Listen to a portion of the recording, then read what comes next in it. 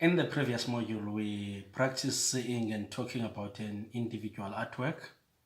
In this section, we will build on the skills we started to develop in the previous module. I hope that you've been practicing. Today, we will find ways to do a comparative analysis, whereby we compare two artworks, consider it a conversation between the two pieces. When the artworks are seen in relation to each other, there is just so much to discuss. They will have their differences and similarities. They will give us twice as much information and many more times the enjoyment. A comparative analysis will reveal many more details about trends within historical periods, general similarities, or the growth of an individual artist over time.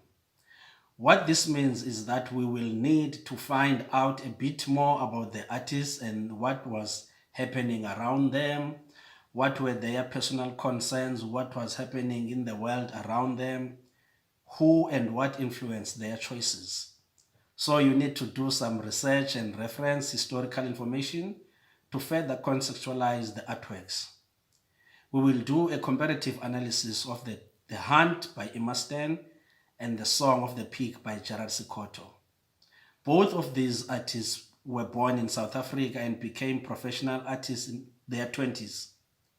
But they were from very different backgrounds and experienced living conditions in South Africa from very different perspectives. Both of these artists worked very hard within oppressive conditions. Irma Stern, a woman of German Jewish descent, fled from both the Anglo-Boer War and World War I with her family. Gerard Sikoto, the son of a Lutheran preacher, was born into a society that was aimed to exploit, alienate, and degrade non-white South Africans. Irma Stern studied art and lived in Europe during her youth, and for the rest of her life she worked and lived in South Africa, refusing to return to Germany. Gerard Sikoto studied and lived in South Africa during his youth and for the rest of his life lived and worked in Europe, also refusing to come back to South Africa. Both artists were heavily influenced by European trends and modern art. So you can see the importance of doing some research and reference historical information when analyzing artworks. We call this contextualizing the artwork.